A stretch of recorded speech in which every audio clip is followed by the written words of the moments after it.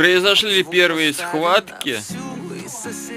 Да, что-то там двигатель попытался после регулировки клапанов. Но пока это не точно, аккумулятор севший, и мы с Андрюхой поехали по делам.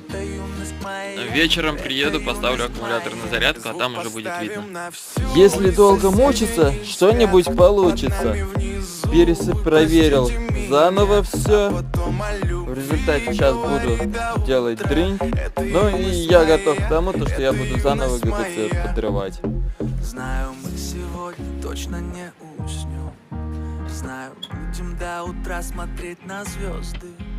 Тебя греют мои руки и так красиво поднимает искры.